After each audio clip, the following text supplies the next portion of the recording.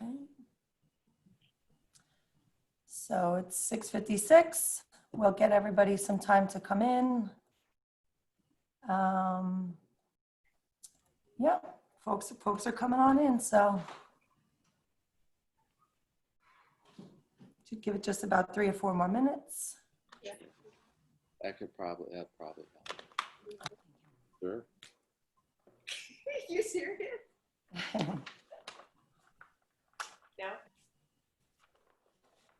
No. One thing I want to mention that I think would be helpful and beneficial to you folks that are attending while we're waiting is that Aspen has put together a program for free CE courses for anyone in the dental industry. You don't even have to be an Aspen employee.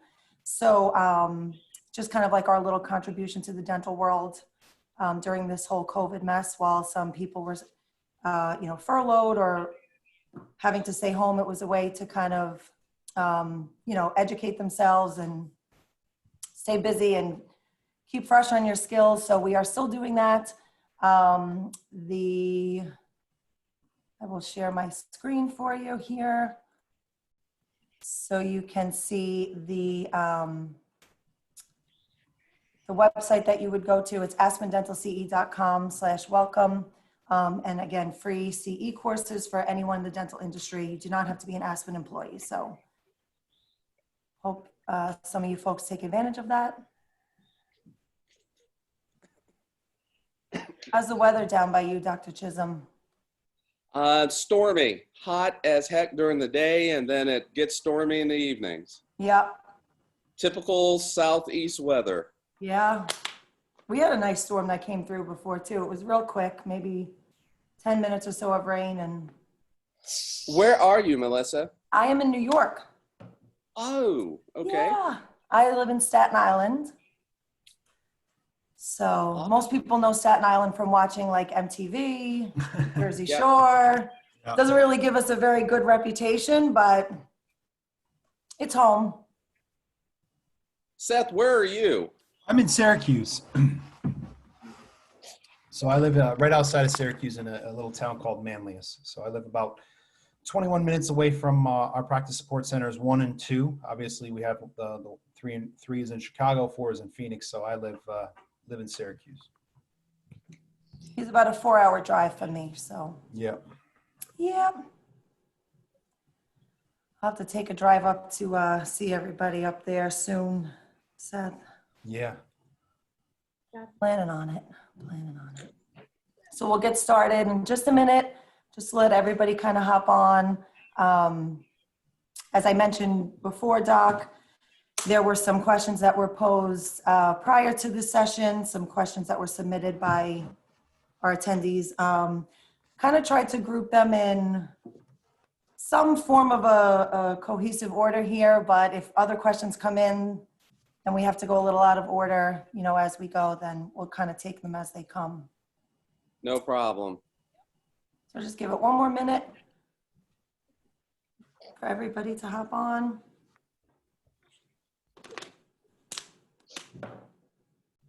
And then we'll get started.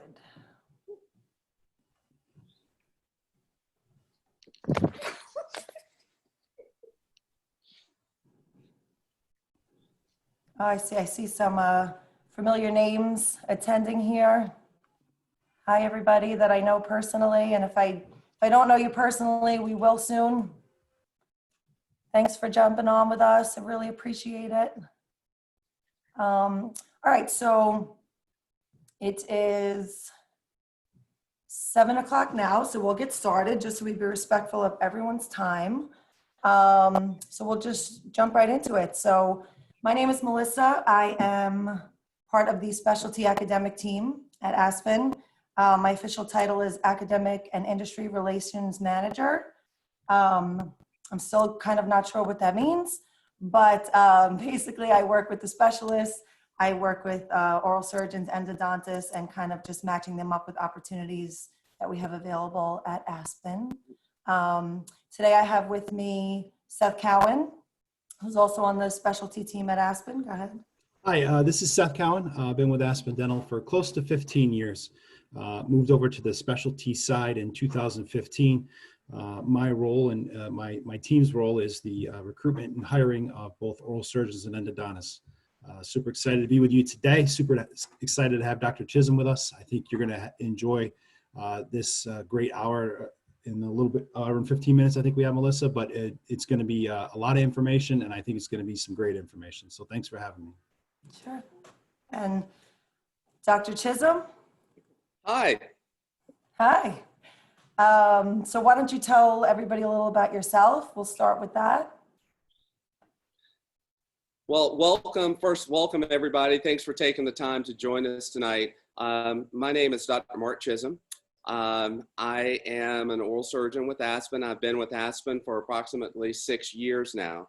I trained at the Medical University of South Carolina, both dental school and for my oral surgery residency. After my oral surgery residency, I was in the Army for 3 years where I practiced as an oral surgeon due to dental school commitment, the health profession scholarship. Some of you may know about that. And after that, I was in private practice for approximately 13 years in South Carolina. And we decided to make a move from a small city in South Carolina to the big city of Atlanta, at which time I joined Aspen over trying to start a private practice here in Atlanta. And I've been with them ever since. So as you can see, I've pretty much practiced all the aspects of oral surgery except for teaching. So I've been in the military, done private practice for a while, and also doing the DSO. So I can kind of compare and contrast what's available to the oral surgeon now and kind of what you can expect from any of those modalities. So I've got 3 kids. One's training on plastic surgery in Richmond at MCV. So if any of you are up there, please go by and tell her hello and help her with mandible fractures. I've got a middle daughter who's getting ready to go to medical school. And my son wants to go to medical school. He's a sophomore at UGA. Nobody wants to do dentistry. That's where he goes. That's okay. You're still a proud dad, right? It's a lot Very, to be very, proud of. very, very, very proud. Good for you. So just so everyone knows, if I'm looking away from the camera, I have everybody's questions here. So it's kind of like mission control over here. I have to switch gears back and forth. So we'll jump into some of the questions that came in as the folks were registering. And again, I tried to put them in some kind of an order, but if we have to jump, out of order as questions come in, that's fine too. So in no particular order, the first question, and this is kind of a good one to start with. How did your colleagues perceive your decision to pursue corporate dentistry over a more traditional private practice or hospital environment? That is a great question. And let me give you a little background about that. I was the state board examiner for oral surgery in South Carolina years ago. And as DSOs were just getting going, I swore that I would do all that I could to prevent DSOs from entering the state of South Carolina. I didn't know enough, nor did I support that modality of practice. So there was a stigma that a lot of us had, and some people still do, about the practice of corporate dentistry. So when I first got started, those of my colleagues who knew me well were quite surprised that I would join a DSO to practice. And I get a lot of questions about this. And since that time, I've had a lot of folks be very surprised that I'm so positive about it, or that I've had a good experience involving my time with the DSO. So initially, it wasn't positively accepted because so many people knew me and knew what I was all about. But you'd be very surprised at how many people now are very interested in what I'm doing and have responded very positively about it. Great. So kind of along the same lines, one of our viewers wants to know, is there a competitive hierarchy among the Aspen oral surgeons that would place an added stress on new providers to produce? There is no system like that. All of the Aspen oral surgeons are very friendly. We communicate a lot, especially in the states around you, or if there's more than one oral surgeon in the state that you're practicing. There's a lot of communication. We share a lot of cases. There's no competition. You're not pressed to do that, so that environment is not really fostered. That's not what Aspen is going with. Sorry about my son going by in the background. That's okay. It's not like that at all. As a matter of fact, I found it to be a very helpful environment.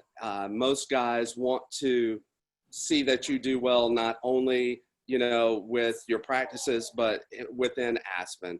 So it's been great from that standpoint. No competition whatsoever. Great. So you've been with Aspen for a while. So think back. We have a viewer that wants to know what your interview process was like with Aspen, and also how did you manage the job searching process while you were still in residency, and how did you know you were ready to make a decision? So kind of a few questions thrown together in there. Sure, that's a great question.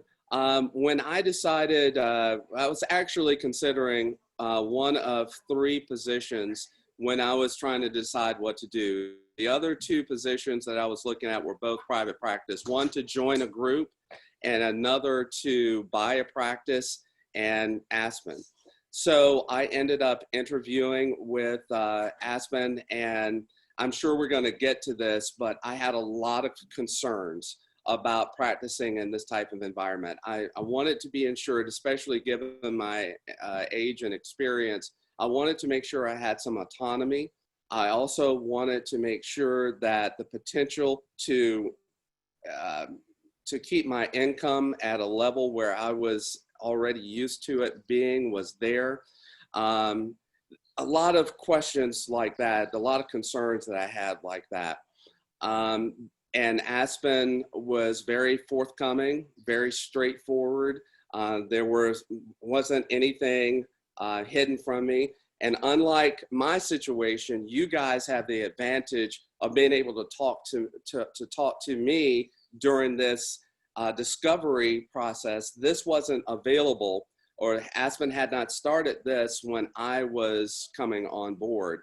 So this is an incredible opportunity for you. I was able to speak to 1 or 2 of the oral surgeons that I kind of called off the cuff, who gave me some information about their day-to-day lives and what they were experiencing with Aspen. And I was able to make more of an informed position or decision. Melissa, what was the other question involved in this? I'm sorry, because I could No, go that's on okay. for That's fine. Just what was the interview process like with Aspen? And also, I know you didn't come right to Aspen out of residency, but if you can think back to when you were in residency and when you were going into your first position, how did you kind of manage completing your residency, also looking for opportunities at the same time? Well, because I came out of residency and went into the Army, I didn't go through the normal process that a lot of you residents are going through as far as interviewing and all that. But while I was in private practice, I had the opportunity to hire residents coming straight out of residency. And I know the process from a practice owner standpoint of how we were thinking and what a resident's thinking and what he's wanting. And let me say this first. To all of you guys coming out of residency, you're coming out with these preconceived notions of what private practice is like and what you're going to hopefully do in private practice. And, you're tired of being told what to do for, ostensibly 4 or 6 years, and you're ready to get going. But believe it or not, it's the things that you didn't learn in residency that is going to frustrate you the most when you get out.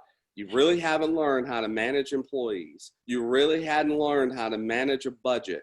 You really haven't learned how to run an office. You really haven't learned very well how to deal with referring doctors and how you integrate into the dental community as an oral surgeon. One of the hardest lessons for me to learn is coming out of residency and you know, while you're still training, oral surgeons are kind of at the top of the totem pole as far as dentistry goes, and you come out with this chip on your shoulder because you've done all these fantastic things that, you know, most folks in dentistry don't see or do because of our medical exposure. But I got news for you. When you get out of residency and get into the private practice world or whatever other modality that you decide to work in, you're not at the top of the totem pole. You're at the bottom of the totem pole, and you live and die based on the generosity of those who choose to refer to you. So let me say to you, regardless of what you decide to do, humility is the first lesson that you need to learn coming out of residency. Those guys who are most successful as post-residents early in their career are those who learn very early that humility is the best characteristic that you can have as a young oral surgeon, and realizing that your colleagues are the ones who feed you. And that is a lesson some people don't get for a long time. But that is one of the things that you should consider coming out. And another thing is too, refining your skills and being in an environment that can allow you to learn how to treat patients on your own. It's pretty scary when that attending is not standing in the next room or standing right there by the bed or the chair with you when you first get started. And the one thing I could say about Aspen, although I didn't have that issue, is that you have the autonomy to work at your pace. It's your schedule, it's your practice. And another nice thing is the general practice dentists are motivated, not only financially, but from a colleague standpoint, to refer to you. So you have a captive audience, and that's kind of nice as compared to the guys in private practice. So we're kind of jumping around a little bit, but so many things that you just said are perfect segues into a lot of these other questions that I have here. So you mentioned about referrals. So a few questions came in about where do your patients come from? Are they referred from internally from Aspen? Do you get referrals from outside of the Aspen network as well? Can you talk a little bit about that? Absolutely. Yes, you do get outside referrals. I don't foster that because I'm actually busy enough with my internal referrals from the doctors I work with Aspen that it's not a need for me. But because you are on the insurance rolls, a lot of patients will go and kind of, look at their benefit structure and see who's in their network. And a lot of times the Aspen oral surgeon is part of that network. So I find myself doing a lot of third molars from outside doctors and orthodontists, a lot of orthodontic extractions, a lot of just similar things that I saw in private practice. I see with Aspen, both from internally and externally. Obviously, internal referrals compromises probably 75% of my practice. About 25% of my practice I do see. As a matter of fact, I did 3 kids today for orthodontic extractions prior to being banded. So that's my mix, 75-25. Some guys a little more, some guys are a little less. It depends on the part of the country you're in. Okay, great. Actually, someone asked, do you see children? And I guess the answer is yes, you do. Yes, a lot of, probably 50% of my private practice were 16 and below all the way down. I treated kids all the way down to like 4 or 5 years old. Maybe because I had a comfort level there, maybe because my wife's a pediatrician, I don't know. But I treated a lot in private practice and I valued that. I do see some children with Aspen. Obviously, that's not Aspen's main focus. That's not who we particularly cater to. But again, because of outside referral, and then if you establish a reputation that you treat those kind of patients, I have doctors from the outside that like to refer to me, pediatrics to me. because I still do enjoy doing that. Not a lot of guys have a comfort level with that, nor do they want to, the headache of hearing all the screaming and yelling, you know what I mean? That's probably why seek they asked the question. That's right. That's right. So it's kind of, again, you're kind of in control of that. If you want to push that as something you want to do, then go for it. Go out there and market yourself for that. Aspen welcomes outside referrals and only bills the network.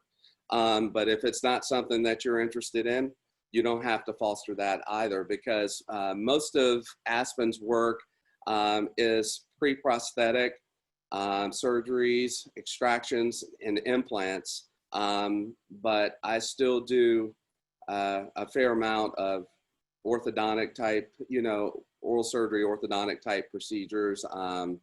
And before you even ask, I do not have hospital privileges. I did trauma for years and years and years, but because oral surgeons in Aspen travel from an itinerant basis, I cannot, be on a trauma schedule or anything like that. If I have cases that I feel like are better treated in a surgical center or in a hospital setting due to the patient's comorbid factors, I will refer those patients to outside oral surgeons that I know in my area or in the city that I'm practicing for them to take care of. Doc, you are so thorough. As you're talking, I'm sitting here, I'm looking at the questions, and you're just like checking off all the boxes, which is great. But just to kind of elaborate, because these were questions that were asked. So you mentioned about taking insurance, and that's sometimes how you get your outside referrals, because they see that you participate in the insurance. So one of the questions is, do we take insurance? Obviously, yes, we do. And, what types of insurance? Do we see Medicaid? Do we see Medicare? Okay, I think, and forgive me for this bias, and you can call me or email me later and yell at me, that's fine. But I think one of the best parts of this practice is that I do not have to take Medicaid fees. And forgive me for being so passionate about that, because in private practice, I had to eat pennies on the dollar treating Medicaid. And Aspen does not accept Medicaid. And from a financial standpoint, that is definitely a bonus. That was one of the first questions I asked in my interview, because, for you guys that don't know, it basically takes 3 patients in Medicaid to equal 1 fee. I mean, and you work your butt off for not as much compensation. It's tough. That doesn't mean they don't deserve good care too. They do. But after years and years of treating that population and working so hard for that, it was a welcome thing for me. Now, let me also say this. One of the advantages of working for Aspen, well, let's back up. Let's say, for example, as a resident, you decided to go buy a practice, or you decided to go start a practice. What happens is insurance is more than willing to allow you to come into their network, but what happens is you get the worst fees because you are the new kid on the block. And if you go to a big place like Atlanta or some of the other big cities, there are already so many oral surgeons on the roster, on the roll, that they don't care about offering you terrible reimbursements. And so you have to literally practice for a long time and kind of climb the scale before you get to a point where your fees are at least reasonable.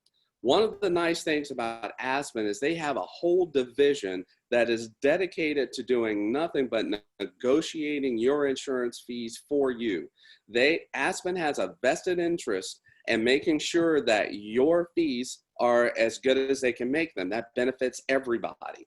So that's another thing that I don't have to worry about, that I constantly dealt with in private practice, is negotiating with insurance companies to get better reimbursement rates.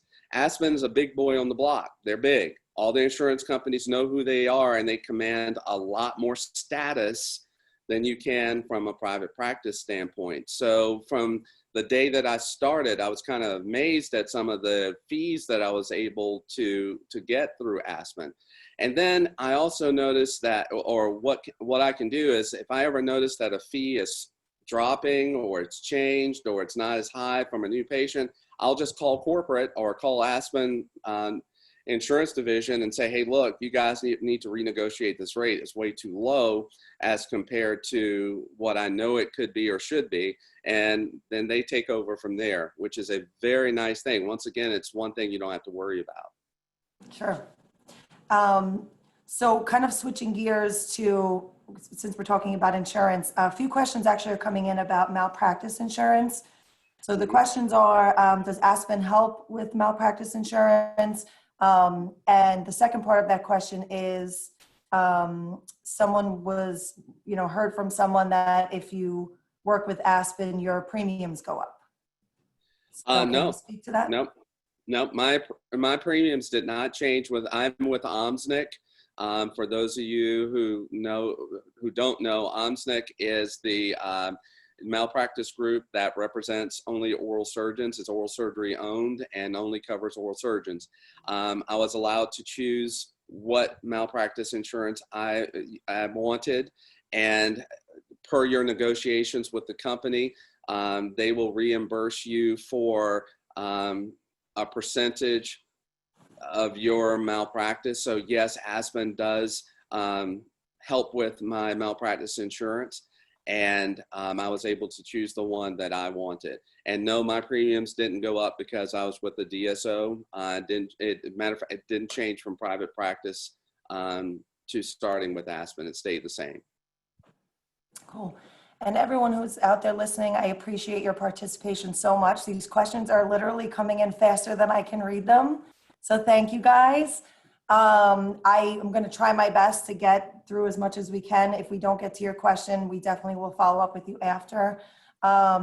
So forgive me for kind of like rushing through this a little bit, but questions coming in. What overhead do the oral surgeons have to pay for at Aspen? Good. That's a really good question. There is another very nice thing about Aspen is, and once again, I don't want to get too much into that because obviously it's been 6 years since I joined the company. And so, things change, but Aspen either shares or covers a lot of your overhead. It depends on the structure of your contract and where you are and that kind of thing. But the only things I have to cover as far as my overhead goes are licensing fees. And now I'm able to get those deducted from my payroll pre-tax, which is a definite advantage, kind of similar to private practice. So I pay my DEA fees. I pay for my state licenses. Other than that, all the other overhead let me make this a little bit clearer. So as far as the day-to-day practice, a lot of your perishables, you pay a percentage of, and Aspen shares a percentage of. As far as your employees, you will hire, and you will be in control of that. You have the say as far as your assistants go. You will actually help participate in the interview process.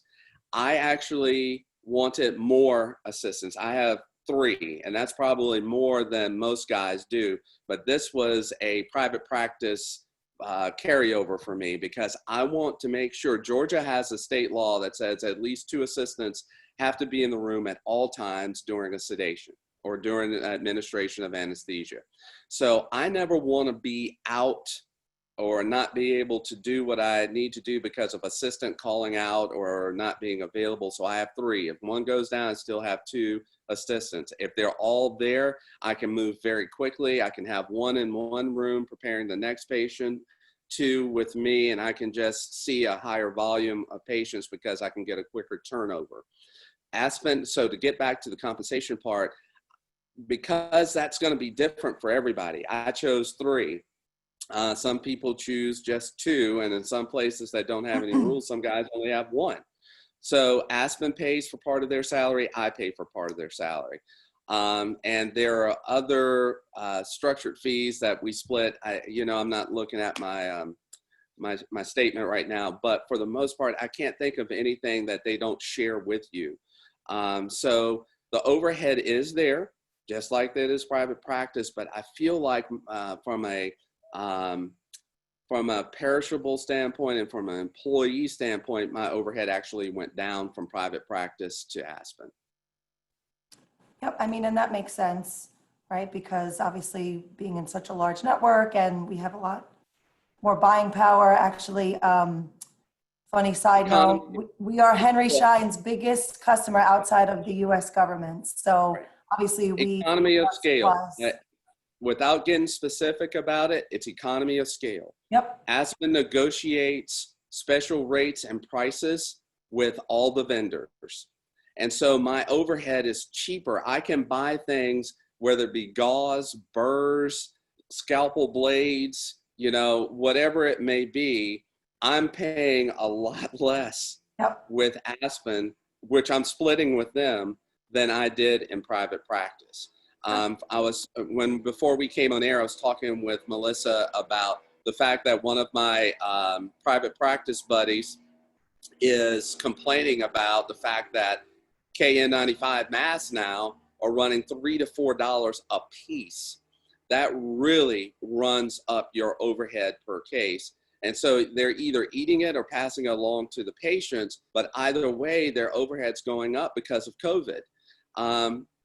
For me, every day that I walk into the office, I have not bought any mask. I have not bought any PPE. I'm actually being provided with shoe coverings, full gowns, head coverings, KN95 masks. The only thing I bought was a special shield that I can kind of flip up and use during surgery. So from that standpoint, it's been very nice because my buddies in private practice are just really bending underneath the weight of all of the costs of the new PPE necessary for us to practice. Sure. And again, kind of jumping around a little bit, but just because everything that you're saying is like kind of coinciding with these other questions that I have here. Of course, the COVID question came up quite a few times. There were a few people that asked about just how have the offices changed now that they're reopened during this COVID pandemic. Are you seeing less patients? If you can kind of just give us a little overview on how the offices are handling it. Sure. Aspen has really been at the forefront of protecting the patients and the doctors. They have actually put the whole company through special safety training and put in guidelines to help us run our practices more safely and efficiently in the face of COVID. How has it changed? Initially, when we first came out of quarantine, I wasn't seeing as many patients because I wanted to get a safety flow and treat patients in a more safe manner so that I didn't feel like I was rushing and my my assistants were following proper safety protocols. So initially we crawled, but now I'm probably back up to about 85 to 90% of what I was doing before COVID, because we are now used to and have established a routine that I feel is safe, which allows me to go almost up to full speed. Now, Aspen, just like any private practice, most private practices are doing this, limits the flow of patients through the offices. For example, my escorts or chaperones aren't allowed to come into the building. My patients don't come into the building. They sit in the car in the parking lot until my assistants go to get them. And then we bring everybody who's of a consentable age back to the operatory, and then we get started. If they have a chaperone, then or if they're not of consentable age, we bring the parent or the guardian with the patient. And as soon as we're done, we discharge them back to the car. We don't let them sit in the waiting room. We're taking all the same precautions that you're probably doing in your resident clinics or your private practices, or other guys are doing in their private practices now. So I'm almost back up to flow. I'll probably kind of stay where I am right now, which means I'm not seeing as many patients as quickly as I did prior to COVID, but it's a safety issue, I feel, for myself and my staff and for my patients. Do you feel safe at work? Oh my God. Yeah. As safe as you can feel right now. Obviously we're at ground zero. with this. The only other specialty I know of that could have more of a risk than what we're doing is ENT and anesthesiology. You know, but we take all the precautions that we possibly can. Face mask, KN95s, which are being provided for us, shields, full gowns, shoe covers, head covers. You know, the safety factor has nothing to do with Aspen or private practice. It's just the environment that we're having to practice in now. It's not easy for any of us, but as safe as I can be, as compared to the colleagues that I know in private practice, I may be doing a little bit more from a safety standpoint. And you mentioned anesthesia. We have a question coming in. How do you manage anesthesia med orders at all of the offices that you cover? Do you have a safe at all sites? I'm sorry. Yes. Okay. Your state has guidelines that you have to follow. The DEA has guidelines that you have to follow. I follow all those guidelines. I have a Criticare machine in every office. I have a wall-mounted double lock safe in every office where the drugs are kept. I have emergency battery-operated suction. Everything that the state of Georgia mandates that I have to have in order to practice anesthesia safely, I have in every office. Aspen does not cut corners where that's concerned. If you state that this is what we have to do in order to practice in the state, that's what they purchase and have available for you. And I have never gotten any pushback from that. They have been extraordinarily cooperative and easy to deal with. When you start up at a new office, there is a kind of a startup list of equipment that they provide for you. Drugs, instrument trays, hand pieces, all of the safety equipment that you need for anesthesia, even I think I did say drugs. So there's a lot of stuff that you don't even have to pay for. Perishables, you know, gauze, burrs, stuff like that, day-to-day stuff you do. But they're really good about providing most of that for you when you start up. And someone asked kind of along the same lines, well, first off, how many offices do you cover, Doc? Right now I'm probably covering about 16 offices. I was up to 18 offices. We kind of restructured a little bit and now I'm covering 16 offices. Aspen actually has even provided me with a car. There's a small payroll deduction of about $150 a month, I think, for this great car that I've gotten. I love it. Thank you. And they pay for gas, they pay for insurance. I just put 4 tires on it, didn't have to pay for it. The only thing I wish they would cover is my speeding tickets. They won't do that. I'm working on it though. Yeah, that you might be on your own with. Melissa, let's just touch on that real quick because that's something we implemented last year, and it's something that's really popular. For full-time oral surgeons, we provide them with a company car, and that's anybody that works more than 15 days a month. It is a program that you can go into, like Dr. Chishom chose to go into, but it's just another huge benefit that we provide for our specialists. Sure. Yeah. And if you choose not to participate in that program, you do get a mileage reimbursement if you're using your own personal vehicle. So it will cover, you know, the wear and tear and the gas that you're using for your personal car as well. So it would be your choice. Now, I also want to mention here, Melissa and Seth, I'm gonna kind of pat myself on the back just a little bit. I have been soliciting Aspen to do something for the assistants for a couple of years. While I really appreciated getting a car, I was more worried about my assistants than I was myself. And so actually just a couple months ago, if your assistant has been working with you for at least 2 years, they are also eligible to get a car. And it brought my girls to tears because it's actually been the first time a couple of them have actually had a new car. And what that does, it does a couple things for you. It ensures that you have dependable assistants that are going to show up to work without their car breaking down, but it also builds some loyalty so that your assistants stay with you. That is a big perk for some of these young ladies. And it's a huge big deal, especially, you know, that's a great perk for working for a company like Aspen. You can't do that in private practice, by the way. It's insurance prohibitive. I tried that in private practice because we had multiple locations and it doesn't work. But working for a corporation like Aspen, they're able to make that happen. It's been a very nice thing to add to my practice. Yeah, sure, I bet. So again, in no particular order here, just because these questions are coming in hot and I want to make sure we get through as many of them as we can. So we have a kind of a longer question here. Patients that have severe infections post-op, that this patient is saying that this participant is saying that they see these patients a lot of times coming into the ER. And they just want to know, like, how do you handle patients that way? Or are you doing the post-op procedures? Kind of how does that go? This is where it's very important to have a good established relationship with your general dentists who work in the various clinics that you travel to.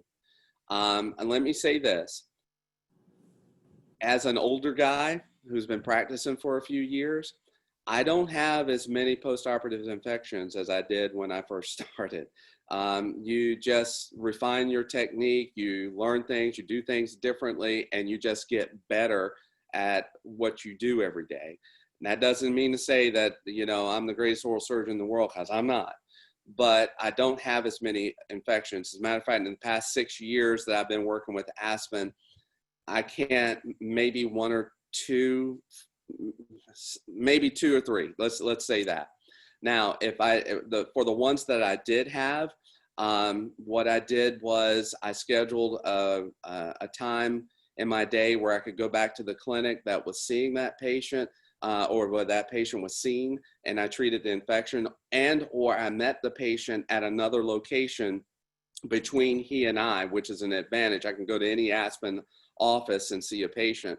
And because they're fairly ubiquitous, I'm able to find a place where the patient and I can meet and treat the patient as necessary. Thank God I haven't had to send anybody to an ER or anything like that. I just haven't had that concern, knock on wood. So hopefully that's a trend that continues. But my general dental colleagues, that's not to say, though, that there's some patients who may come back in pain or with concerns, and my general dental colleague in the clinic will see the patient and then call me and say, Mark, you know, I have a patient here who's experiencing XYZ, describe the problem or put me on FaceTime or something along those lines and kind of show me what's going on and ask me, is there something that they can do or what did they recommend, that kind of thing. And so that marriage of colleagues is kind of nice, and they're able to cover me if I can't be there to see the patient personally. Sure. And a follow-up to that question posed by the same person is, you mentioned that you don't have hospital privileges. This particular person wants to know, was that your choice? Are they, if you work as an oral surgeon for Aspen, can you keep hospital privileges so that you can see some of those patients in the hospital and keep the continuity of care with the patient? You certainly can. That's certainly your call. If you can find a hospital that doesn't, and good luck with that, because I have rarely seen a hospital that will allow you to have admission privileges that don't want something back from you, i.e. trauma call. So good luck with that. If you can, that's certainly, you know, your prerogative. I've also been able to maintain my boards. And as we all know, ABOMS wants you to maintain hospital privileges, but they also, if you're not maintaining hospital privileges for whatever reason, because you're not able to, you have to have a plan on how to deal with a patient who may need admission. And I have a couple of friends who are oral surgeons in the area that are willing to accept a patient for me on my behalf if I need to refer them for an admission for something I can't handle in the office. What do you travel with, and how do you manage everything that you have to travel with? That's a good question. Make no mistake, It's Ringling Brothers and Barnum and Bailey Circus. In other words, you travel from spot to spot, you set up, you tear down. I travel with everything necessary to perform day-to-day oral surgery except for the emergency equipment, which is on premises. Between my assistants and I, we carry everything necessary. We have a system down where we use special luggage on wheels that we pack everything into neatly. We carry a full armamentarium. I can't remember the last time that I needed something and didn't have it. We keep very organized records. We know exactly how much local we have, how much gauze we have, how much drugs we have. And you know, I don't care where you go, what you do, you better be doing that in private practice as well. We travel with our implants. Everything is nice and organized. I have an assistant assigned to certain aspects of my practice that they keep up with and keep inventoried, and we review that, you know, every 3 or 4 days just to make sure we're keeping up with that, and we put our orders in a timely fashion so that we're never out of anything. And so I've gotten used to the flow of the practice. My assistants are smart as heck. They know what I need before I need it. And that's hopefully something every one of you will get no matter where you practice. And they'll come to me and say, Dr. Chisholm, it's time to put in an order. We need X, Y, Z. And that's what we do. And we rarely run out of anything. So again, in no particular order, kind of jumping around a little, we're back to another COVID question. Are you COVID testing your sedation patients, and how are those orders being managed between sites? Are we, I'm sorry, say again? Are you COVID testing your sedation patients? No, I'm not. I don't know who is doing that. I haven't heard of anybody in private practice that's doing that. There's not enough testing, period. And to be able to get a rapid test done like that, it's just not reasonable, right? Especially in Georgia. It's currently taken 10 to 14 days minimally to get a COVID test back. And heck, by the time that you get the test back, who knows if they've been exposed to something in the meantime for that. Sure. What I am doing is every patient comes in, has to fill out a questionnaire. We take the patient's temperature, and we have to go with that. Also, I have there is a study out there that says rinsing with peroxide for, a minimum of 20 seconds prior to any surgical procedure intraorally tends to reduce the amount of the virus. Whether that's true or whether it works, I don't know. I mean, I hocus pocus and say a prayer and let them rinse and hope for the best. I think that's what everybody's doing, right? Because nobody really knows. Yeah. Okay, so we mentioned before about what you carry with you. So we have a question about, do you have autonomy over what instruments you use, what supplies you are allowed to order? If I didn't at my age, I'd be walking. You cannot teach an old dog new tricks. I've been doing this for 22, 23 years now. If I did not have autonomy, this would not be the place for me. I order what I want. And, Aspen has acquiesced to, I can't remember the last time or if there was a time where they told me no. So I do what I want. I practice how I want. I see the patients that I want. If I don't want to see TMJ, and I don't, I refer those out. It's my practice. And I said this very clearly at the time of my interview. If anybody ever tells me what I can or cannot do from a professional standpoint, I'm going to walk. You can't do that. I work very hard for my license, just like all of you have. And they respect that, and they respect your knowledge. And does that mean every day is hunky-dory and perfect in the world of Aspen? No. But there's no perfect day in private practice, and there's no perfect day in military either. Let me say this to you, to all of you young guys. I practice almost every way possible now. There is no perfect practice of oral surgery. Everything has its limitations. Everything has its problems. What you have to figure out is what's the best way for you to practice? What works for you, for where you live, how you want to practice, what you want to do, who you want to see. It just has to work for you. And that's, hopefully I'm helping you figure it out from an Aspen standpoint, because it's different. It's a lot different than what I went through in private practice, but it works for me.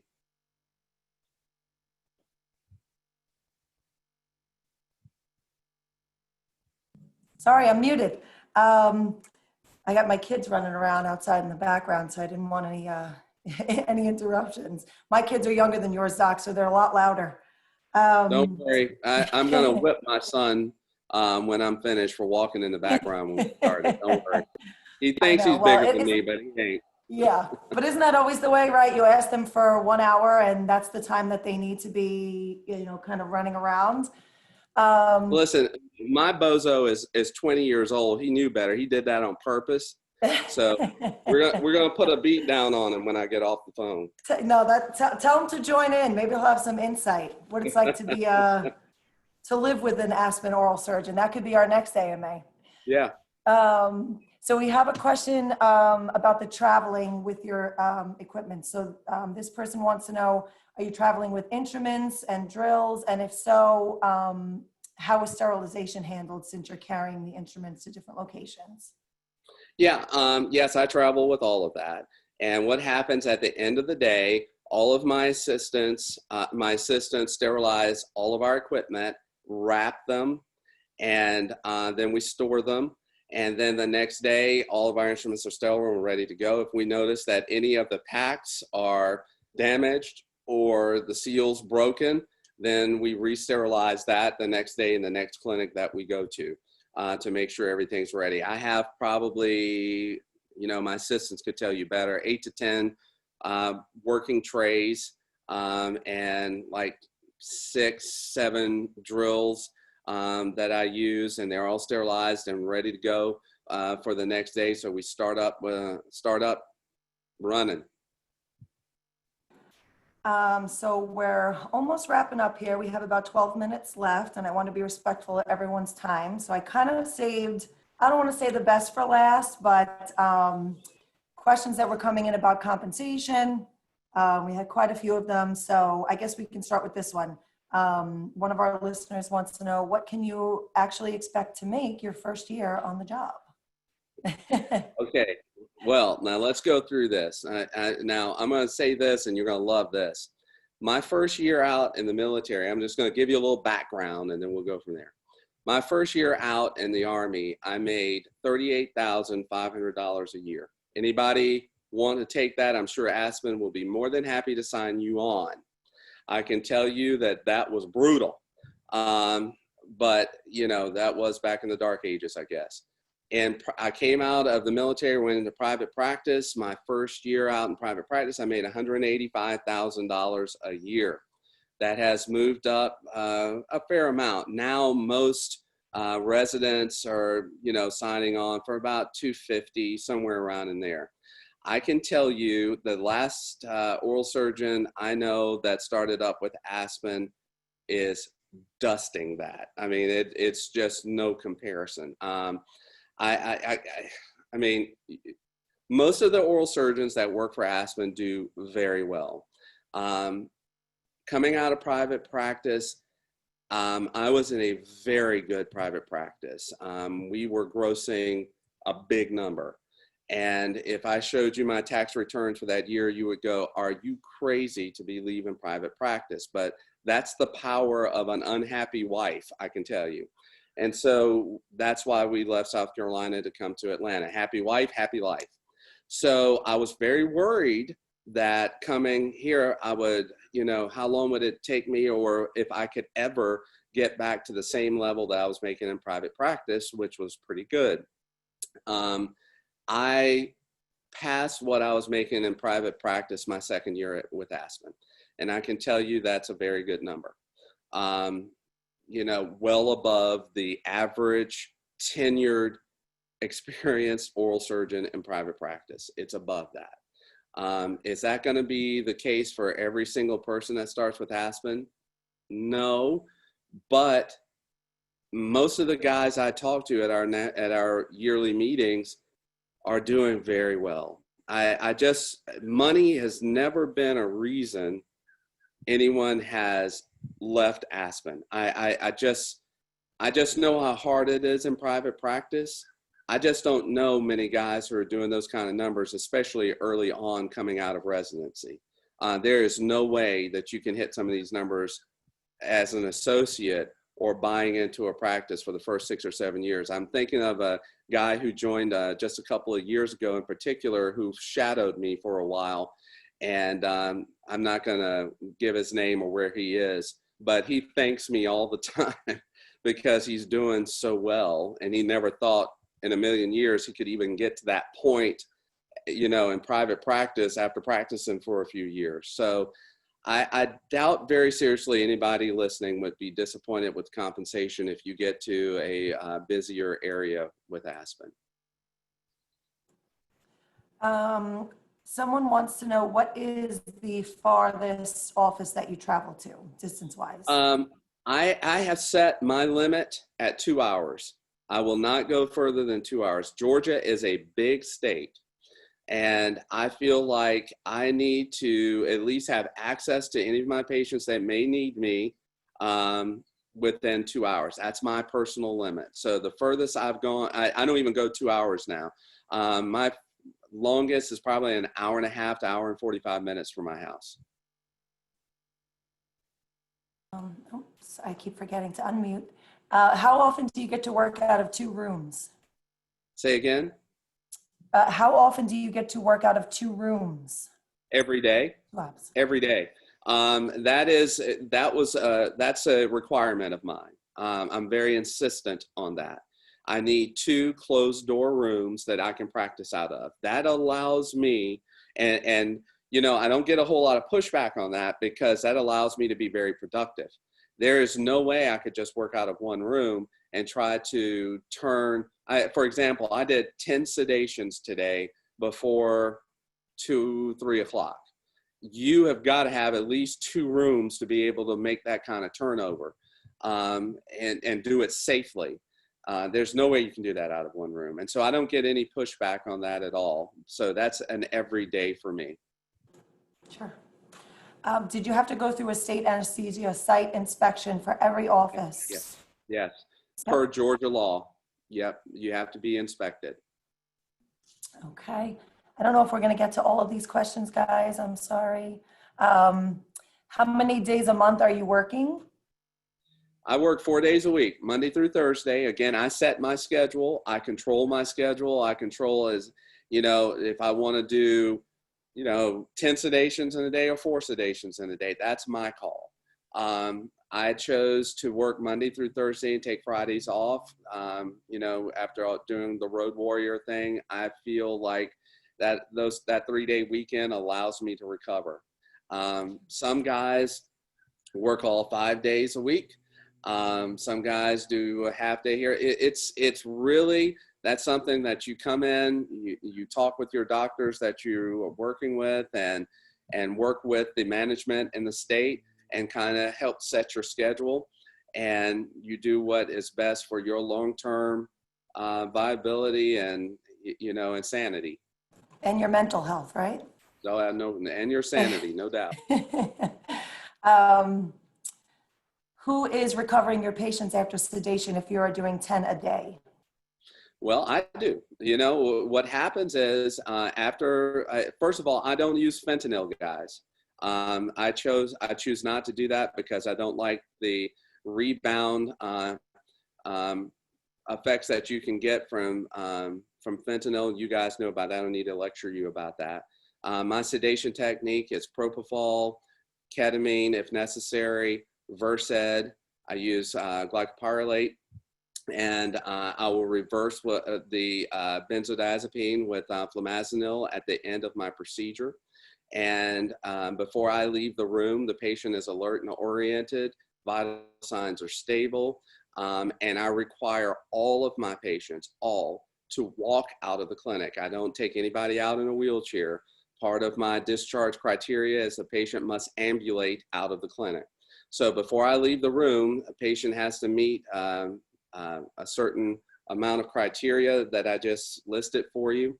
And then my trained assistants who are trained in BLS and ACLS will continue to monitor the patient.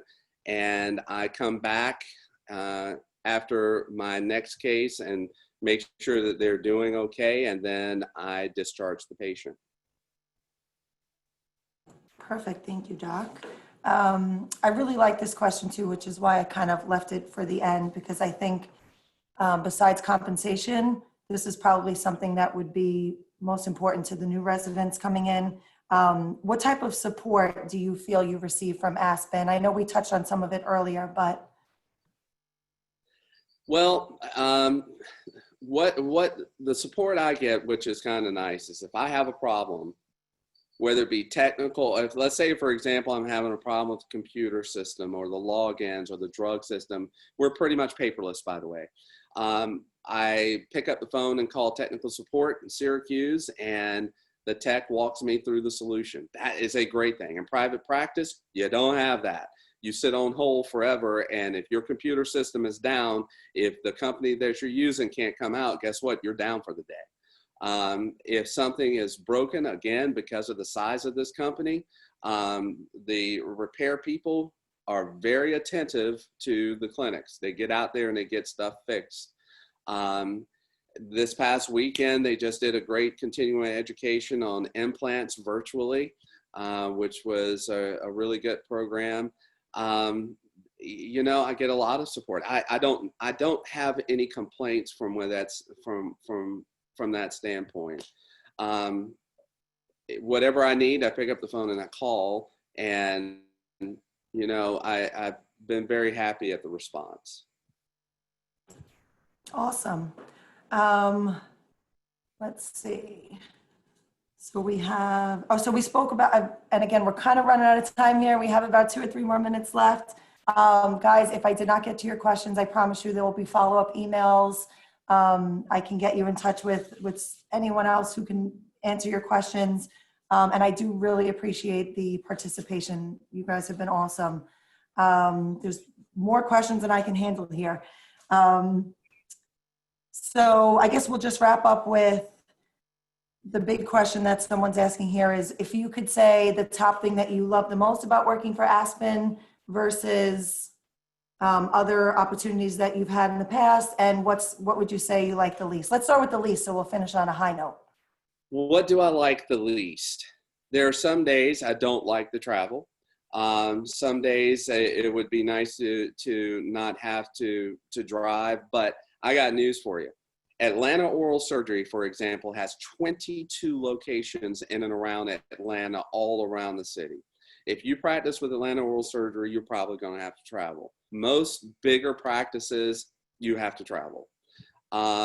With Aspen, I probably have to travel more than average, but that's part of it. You know, the Bible say, to whom much is given, much is required. You know, I look at my compensation, and, you know, I think to myself, I can do it. You know, I'll go ahead and keep this going because it's worth it. If I wasn't getting paid well, it may not be. And that's the same for any job, right? If you're not getting compensated well, why put up with some of the stresses or headaches of it? But, you know, while it's something that I've gotten used to and it's not as big a deal anymore, you know, sometimes that can be a headache, especially in Atlanta traffic. If you've never been to Atlanta in rush hour, it can be a bear. But there's ways to work around that as well. What do I like? What do I like the most? I love the fact that I can set my own schedule.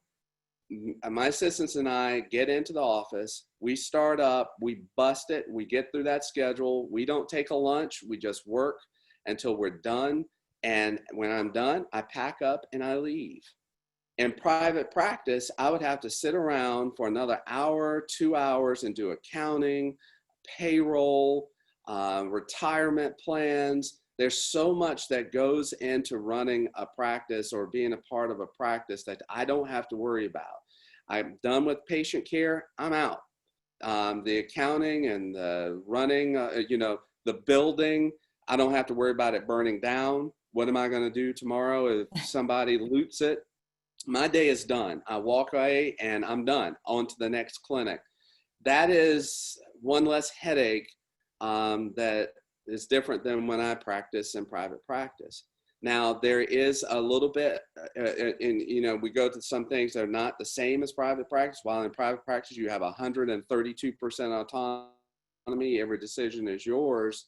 Well, with Aspen, while I have great autonomy, I do have to work with management as they manage employees and building all the stuff that I told you I don't like to have to deal with on a daily basis. I do have to work with the people who do have to deal with that on a daily basis and kind of work with them to make sure that what I'm doing works for the company as well. So there's a little bit more, a little bit more interconnecting that you have to do with non-doctors or the management part of the company that is not involved in private practice, but I have not found that to be overly burdensome. Okay, so we are wrapping up here. It's a little after 8. I feel like you are just such a wealth of knowledge that we could go on forever, but we've already taken up an hour of your time, and I know a lot of these people that jumped on with us have other things going on as well. So we're going to wrap up here. Seth, thanks for hopping on, even though Dr. Thank you. Chisholm kind of Dr. Chisholm's perfect. I hit it out of the appreciate it. park. Yeah. Yep. And Dr. Chisholm, you are amazing. We thank you so much.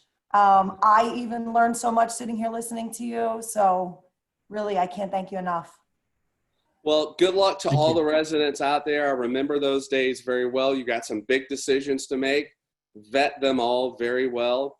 You can get in touch with any of the Aspen oral surgeons. We'll all be very brutally honest with you. Just know that you've picked a great profession to go into. I wouldn't change it for the world, even though my kids don't like putting their hands in someone's mouth and nobody chose dentistry. But it's been great, and I wish you all the very best no matter what you choose. Thanks, Doc. Have a great night, everyone. Thanks, everyone. Bye.